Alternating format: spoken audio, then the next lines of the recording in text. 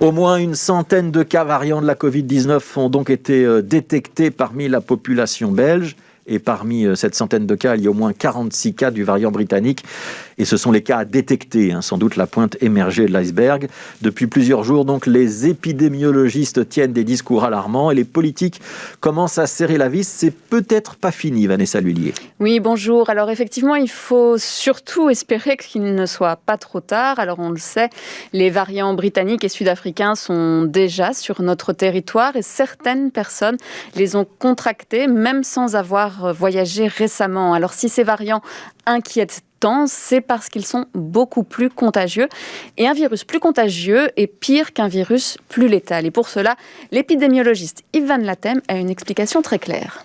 Ce qui se passe ici, c'est que, d'une certaine manière, si on peut comparer ce virus à une balle, on n'a pas une balle de plus gros calibre qui va tuer plus de personnes, mais on a plus de petites balles qui vont partir un peu dans tous les sens et qui finalement vont toucher beaucoup de personnes en les blessant, mais certaines d'entre elles mourront de leurs blessures, si on peut dire. Et donc on se trouve vraiment en comparaison par rapport à cela dans la réalité. Plus de personnes contaminées, c'est aussi malheureusement plus de personnes fragiles contaminées et donc de gens qui auront un décours défavorable. Donc voilà, plus de personnes touchées, cela veut dire potentiellement plus d'hospitalisations et donc plus de décès. Et c'est bien cela qui pose problème et qui a ouvert une course contre la montre pour la vaccination. Alors en attendant que cette fameuse couverture vaccinale de 70% de la population soit atteinte, Yves Van Latem rappelle l'importance des mesures de base.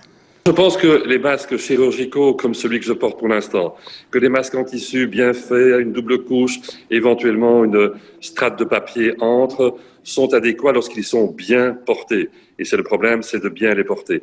Je pense par contre que ce qui a été toléré à un certain moment, qui était un simple foulard, qui était une grosse écharpe, ne devrait plus être actuellement autorisé. Et certainement pas, on l'a déjà dit, les petites visières qui ne ressemblent à rien et qui n'empêchent rien que certaines rares personnes portent encore. Je ne pense pas qu'il soit nécessaire actuellement pour la population de porter des masques autres que ces masques qu'on vient de citer. Et par contre, il faut bien les porter. Certainement, et pas n'importe quand, il ne doit pas bailler sur le côté, on doit mettre son nez dans le masque, enfin, toutes choses qu'on a déjà dit à plusieurs reprises. Alors à cela, évidemment, on ajoute la distance d'1,50 m, le gel hydroalcoolique.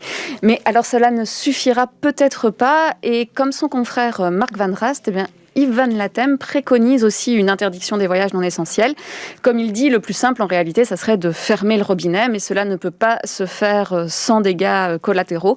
Ce vendredi, la ministre de l'Intérieur, Annelies Verlinden, a aussi annoncé un renforcement des mesures pour les personnes arrivant en bus ou en train et venant d'un pays en dehors de l'Union européenne, et donc notamment de Grande-Bretagne. Elles devront présenter un test PCR négatif et rester en quarantaine avec un test au 7e jour, et ce, quelle que soit la durée de leur séjour en Belgique. Alors en France, on a pris la même décision pour les pays hors Union européenne et on demande aussi qu'une position commune à tous les pays de l'Union soit prise lors du prochain sommet du 21 janvier.